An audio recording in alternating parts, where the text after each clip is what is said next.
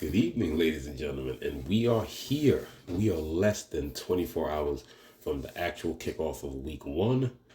And yes, this is a new background that you're seeing from me. For those who've watched this channel, see me with semi-success or decent success. I would say a 60%, close to somewhere between 50 and 60% success rate in the prize pick streets. But as for everybody who's really into these picking games, we all know where I'm at in New York. Prize picks is no longer money based. It's more like a point selection system now where you have to qualify for money. So I have moved on to Underdog Fantasy. I made an account, just haven't made my first deposit yet. And welcome to the first episode of Grade A Fantasy on Underdog Fantasy. It used to be Grade A Picks on Prize Picks. Yes, that was a cool name. But gotta go where the money is. So I'm here to give you a preview. It's gonna be the same style. I'm gonna give you what I figure are my Grade A picks, my favorite picks, and then we'll go over a couple of other picks that I liked, that I consider, also Grade A or A minus, and no lower than what I feel is a B plus. So let's get this started. I started doing research for this stuff as I look at my notes here mid-August. I would say August 11th, August 12th. Have taken some notes that I wanted to make sure I paid attention to, so I could show you all, for those who haven't been paying attention like that, where the props are trending. Have they gone up? Have they gone down? So on and so forth. So let's get ready step by step. My favorite number one Grade A pick. Oh, so before that, normally my Grade A picks are normally 3 picks. I normally have 3 picks that I like for the entire slate, or for the entire week one anyway. And then I go from there with extending to other possibilities that y'all might want to tail or might want to try with your own picks. That's pretty much how this show goes. So I'm always going to guarantee you guys 3 picks. If there's ever 4 picks that I like, which sometimes happens, I will definitely put those out there. And then as I'll go on, I'll give you other picks that I've researched and I liked. So as of now, I'm going to let you know where these props have moved. I've seen props move. I've seen players get props added. But once again, I started research on this somewhere in like I said, mid-August, August 11th, August 12th, August 13th. And I have a lot went up, a couple went down, and so on and so forth. But as we'll go through this together. So for my first Grade A pick for week one, and I've also been messing around with the interface. Like I said, I'm used to Prize Picks. I do like this Underdog interface. We'll start with my number one pick.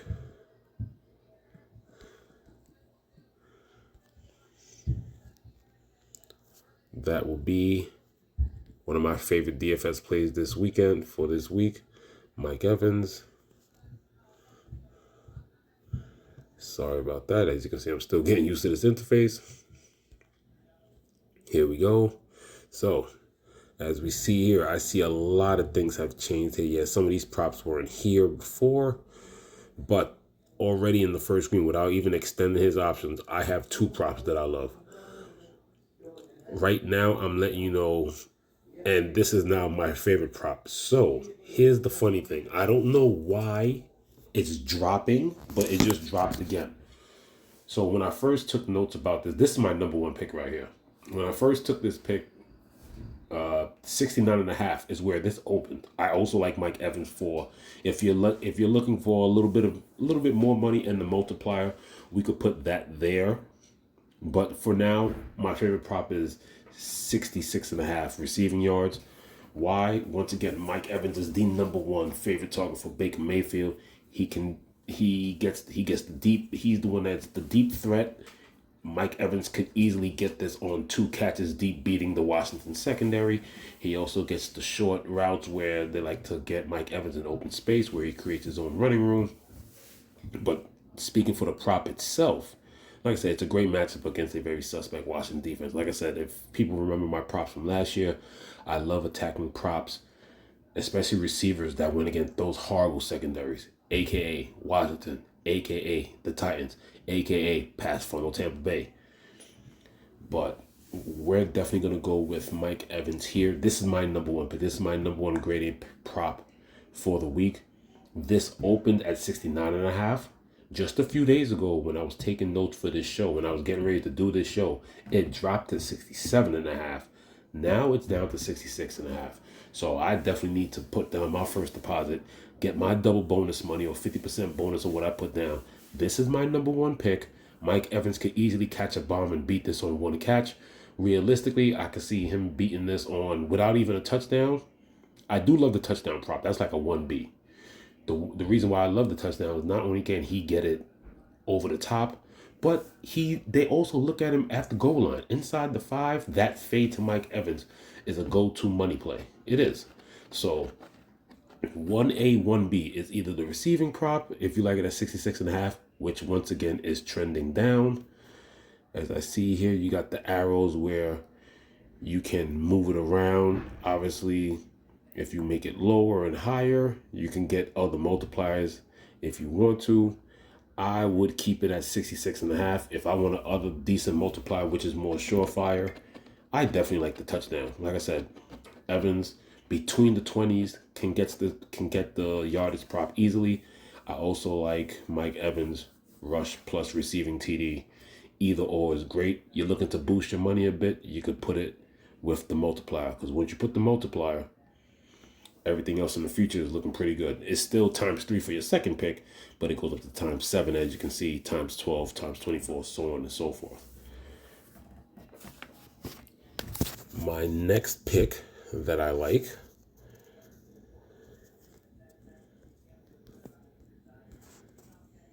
this is my second favorite pick. I like Michael Pittman. Michael Pittman's prop has been doing some weird things. Now, my favorite prop here would be, because like I said, with the touchdown prop, could it happen? Yes. But I also like the fact that, Jonathan Taylor could vulture a lot. Anthony Richardson could vulture a lot. So with Michael Pittman, I'm going to stick with the 66.5, 66.5 yards. Mid-August, when this opened, Pittman was at 65.5. It dropped all the way to 61.5, went back up to 66.5. So that tells me you should try and get this before it goes up even more now that it's trending back up. It went back up and it went higher than the original prop. It's important to let you guys know. Like I said, not everybody was probably looking at these picks. People are probably still waiting closer to the weekend to hear more news, which is the safer thing to do. But props do move. So I'm just letting you guys know where this is trending. 65.5, went down 4 yards, went back up 5. 66.5 for Michael Pittman is something that I like. Anthony Richardson, small sample size. But the reason why I like Michael Pittman also DFS-wise, FanDuel, half-point PPR, full-point PPR. If y'all saw the wide receiver rundown that I did, please check that out on the channel for the FanDuel wide receiver review for the slate. Why I like that one, it's a short sample size. But from what we know with Anthony Richardson, if he's not running and the play is not called for Jonathan Taylor, Michael Pittman had 30 targets in the first 4 weeks. And remember, that's 30 targets before he got knocked out in one game early, and then in the fourth game, he got knocked out for the year. But at that pace, he already had 30 targets in 4 weeks. So Michael Pittman is definitely the number one, obviously, but he definitely has no problem shying away from getting the ball to Michael Pittman. Opportunity is everything. You got to get the targets. You got to get the targets to at least make your props happen. This is why I like Michael Pittman as my second favorite prop. Now, there are other props that I like, but surprisingly, this is going to be a little weird. And I want to really detail why I'm going with this. And I did go over this in the running back preview. We're going to go to the Pittsburgh game, and we're going to go to Najee Harris. So, Najee Harris, and once again, here's another thing. It just went up a yard. Totally understand. Najee Harris, when I see his props, you can either take one of these two now, because that prop wasn't there before. The 0.5 receptions. This might be available to run it up to. You might want to run it up to 2.5 maybe. but we'll keep it at a straight 1.5. But what I really like, besides the receptions, is even though the receptions can give you slightly higher multiplier, because if we put that here, 0.91, the next multiplier 12, well, it drops down to 11, so not really much of an advantage. So you might as well just keep that the same, so you can get your next pick at 12, as you can see there. But the reason why I like the 9.5 yards plus the 1.5 receptions, Russell Wilson was named the quarterback. Russell Wilson in the last couple of years, obviously his play has gone down. The quality of play has gone down. Has an issue with holding the ball. With the way he's been playing, he has become the check down king. Long are the days where he could run, extend plays, and chuck it deep. He was not a check down guy. He went from 5.8, 5.5%, if I'm not mistaken, what I said in my running back rundown video, preview video on FanDuel. Once again, please check that out. He's gone up to 12.7, or is it 12.6? Anyway, the number that I said, you round it up, it's almost 13%. Najee Harris is I don't think a lot of people, they put a whole bunch of other running backs in front of him, of course, like, the McCaffreys, the Ecklers, even James Conner, Travis Etienne, and some other guys, but very underrated pass catcher. And for somebody who has a quarterback that's going to check down a lot, he's going to get the 9.5, even when it's designed screenplays. Pittsburgh doesn't call that many screens, but the check downs and everything while he's in the game, he's going to get those opportunities to catch that ball out the flat with the numerous checkdowns that Russell Wilson will have. Because as also in my other preview, in the defensive preview, I think Atlanta could pressure him to get rid of the ball quick. And if he's not looking over the middle for Freiermuth or holding on the ball and getting sacked or maybe strip sack, he's going to look to his right, he's going to look to his left, and throw down to a flat to Najee Harris. I know it's a weird pick for other picks that I'm going to bring up later, but I actually like this pick. This is definitely an A, not the A plus that I like. It's A plus for like the Mike Evans and Pittman, but I definitely like, because of the game script and the narrative that can happen, I do like Najee at 9.5. Like I said, with the checkdowns, you can also do the 1.5 receptions. You can. Once again, if you want to, and if you really love my game script on that, you might want to check it down and see if you can get higher than 2.5. Because if you go higher than 2.5, now that multiplier goes way up. Because the multiplier on that one, when you move it, is 1.5.1. So, but when I first did this, the receptions weren't up there. So I'm just gonna stick with my script on what I did, because this opened at 8.5. I like him over 9.5 receiving yards because of the check down. But once again, receptions do correlate with that. Another pick that I like this week, because I love the quarterback and I love the situation that he's in. I'm a fan. I believe in Minshew Mania. It's trending. I like Davante Adams against a very suspect Chargers defensive backfield. This opened at 70.5, only moved once to 71.5. Minshew is known to key in on the top guys. Last year he did it with Michael Pittman, even after Richardson. Pittman did see a consistency in targets. So I do think Davante Adams, same thing like Mike Evans. He can get it deep. He can wide receiver screen out the flat. Davante Adams could do it all. So the opportunity is there for him to go over 71.5. It opened at 70.5. He can get it to 71.5. Now here is the other narrative picks that I like. Just to keep it basic, just because I like the game script, and like I said, I'm just one of those people that don't believe in the Miami defense. I like Travis Etienne. That's another touchdown pick. Mike Evans and Travis Etienne are one of my favorite touchdown picks. That's a nice multiplier there itself. I like his touchdown straight up. That's what I love. I think people also forgetting, yes, I'm a Bronco fan, for people who don't know. But the rush defense was still suspect. Forget the crazy Miami game. But I like the fact that since they're trying to recuperate picks and doing everything, they did let a couple guys go. Like I said, they also let Justin Simmons go. I really like Kenneth Walker. Kenneth Walker's prop opened at 63.5. It went up to 65.5. I actually like this prop because I think at home, like I said, Pete Carroll loves to run the ball.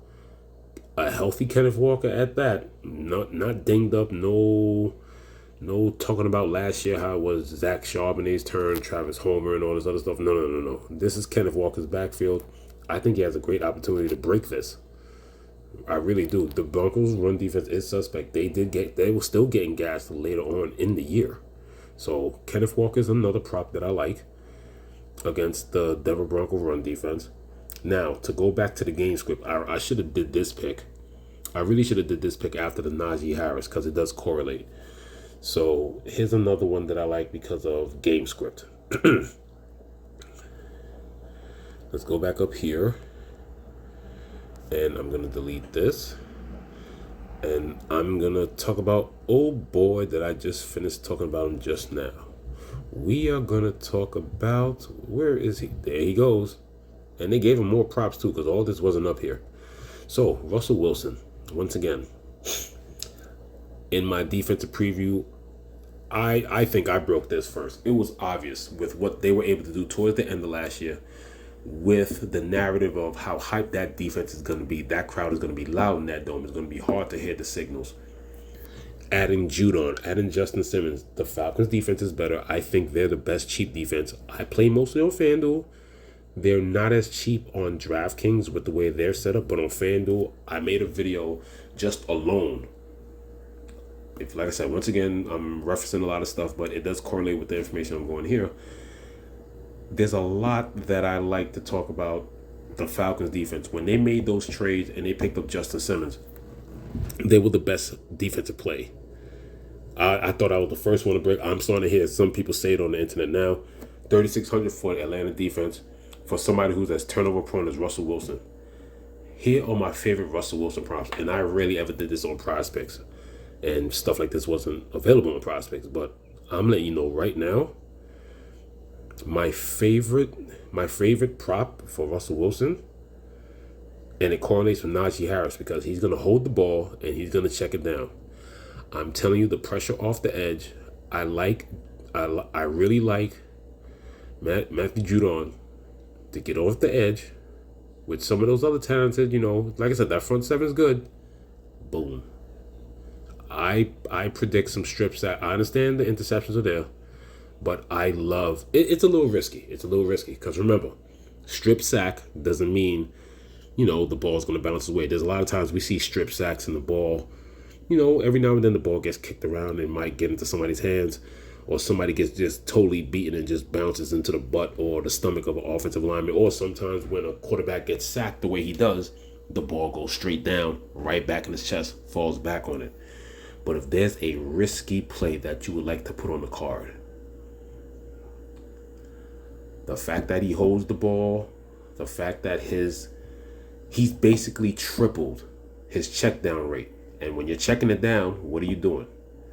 When you're checking down the ball, you are holding the ball longer than anticipated.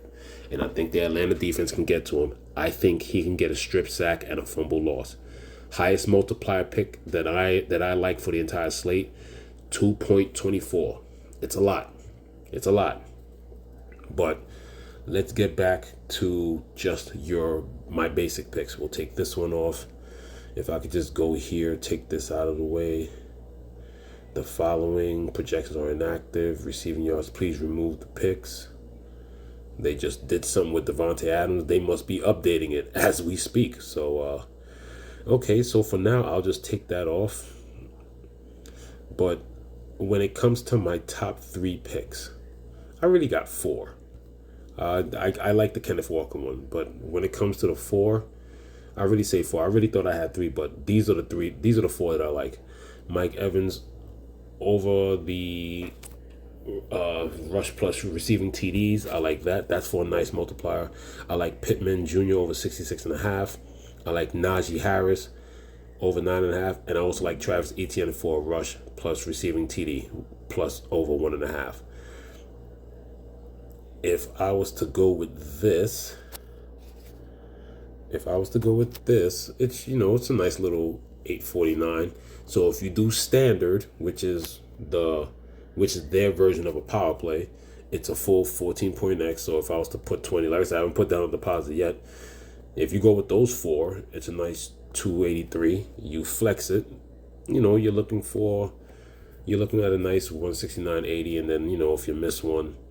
But if you made me pick how I normally do this, if you made me pick three, nah, I can't. I really like all these four. I really do. Like I said, the game script that I came up with Najee, and then coming up, like I said, I really think checking down the ball to Najee a lot correlates with the strip sack fumble with Russell Wilson. But out of all the multipliers, that's my favorite one. Russell Wilson going with the strip sack fumble. There's others that I put in. There's others that I did put in here, like others that you might want to look at as well. There's only two more I would like to go over with you guys. Obviously, one of my favorite DFS plays this weekend. I'll definitely have a bunch of him this week. Where is he at? There you go. There's the boy Josh Allen. I like him for over his rushing receiving TDs. Obviously, with him, it will be rushing. And actually, that's weird because that rushing prop dropped. That rushing prop, if I'm not mistaken, mid-August, that was somewhere between 36 and 38, if I'm not mistaken. 32.5 is something interesting. I think I actually like that. And they gave him more props since then. 287 pass plus rush. The secondary for Arizona is not that good, so if he's even in the low 200s, his rushing could get him up there, to be honest. Rushing attempts is interesting because if they're blowing them out, he might get taken out. So I could see that falling short rushing attempts anyway. Sneaks do count because he is the goal line back as well. That's an interesting prop. That's an interesting prop. But the other prop that I like is this guy right here. Every time he gets the opportunity, he's normally, now he doesn't win your slates, but for daily fantasy, he's really used for his price. And I definitely like this prop more. Like I said, Greg Dortch, very reliable receiver. He's had a few years with Kyler Murray, so he's definitely dependable. With the Zay Jones suspension for 5 games, yes, you still have Trey McBride. Yeah, you have the new rookie Morrison Harrison Jr. But when it comes to right now, until we see Marvin Harrison Jr. play, right now the number one option is McBride. Greg Dortch is the number 2. Reliable, and most importantly, plays in the slot. You can take either the 2.5, but I'm probably leaning more towards the receiving yards. Once again, I started this research in August. It dropped slightly. It went from 27.5. I like the higher on the 26.5, just because of the opportunity that he gets. And like I said, him and Kyler Murray has even built up more cohesion, knowing the fact that Zay Jones was going to be out. So Greg Dortch will definitely be looking to play. He'll most likely either be playing either the slot on the side that McBride will be on, or McBride will be on one side while he'll be out in the flat on the opposite side. So those are the picks that I like there, but let's get back to the original card. Once again, my main 4 picks. Let me just take some of these extra guys out. Like I said, they're doing something, as you saw right here on the episode, they're doing something to the Devontae Adams pick, so that might get raised up, but yeah, I thought I only had 3, but these are the 4 that I like. And like I said, if you want to take a risk with the multiple, and I think I'll put it on the card too. I got to take a risk at that. I just like that game script that I came up with. Russell Wilson holding on to the ball, checking down, getting a strip sack by Judon or somebody else in the front 7. But these are my main 4 picks. Thank you for watching the first episode of Grade A Fantasy on Underdog Fantasy. Put in the comment section what picks you like. What are your comments about my picks? And I hope you guys enjoyed the episode. Definitely more of this to come. I will be honestly prepping myself for this weekend's full slate. I won't be playing either of the single games Thursday or Friday, nor will I have any picks for that. I haven't really done any research on that. I'm actually getting myself ready for the slate this weekend.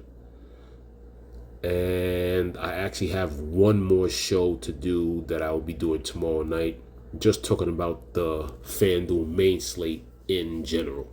So once again, hope you like this episode. Like, subscribe. Like I said, leave a comment. Like I said, it's a fun thing to do. making this channel. Like I said, it's a baby channel. I'm in my 3rd year, but this is my first time on Underdog. And hopefully it's a profitable year like I used to do on Prize Picks. Once again, please take a look at all the other previews for the FanDuel slate. If you play on FanDuel, I'll also be having these episodes that I did linked in the description below this video if you'd like to take a peek at those. Plus also other fantasy news. One more preview video before the slate goes, and you guys won't hear from me until after the Sunday slate is done. Remember, on FanDuel, they included every Sunday game, including the Sunday night. DraftKings, only the 1 and 4 o'clock games. So, good luck. Hopefully, when we do a review of these picks, hopefully we made some money. So, if anything else comes about that I really like that I need to really talk about, I'll put it up on the episode. But until then, good luck. If you tail them, or if you like 2 of these picks or 3 of these picks and want to add them to your card, whatever the case is. But these are the picks that I feel that are grade A for this weekend. Once again, thank you for taking your time to listen to this video. Good luck. This is Grade A Fantasy, signing off.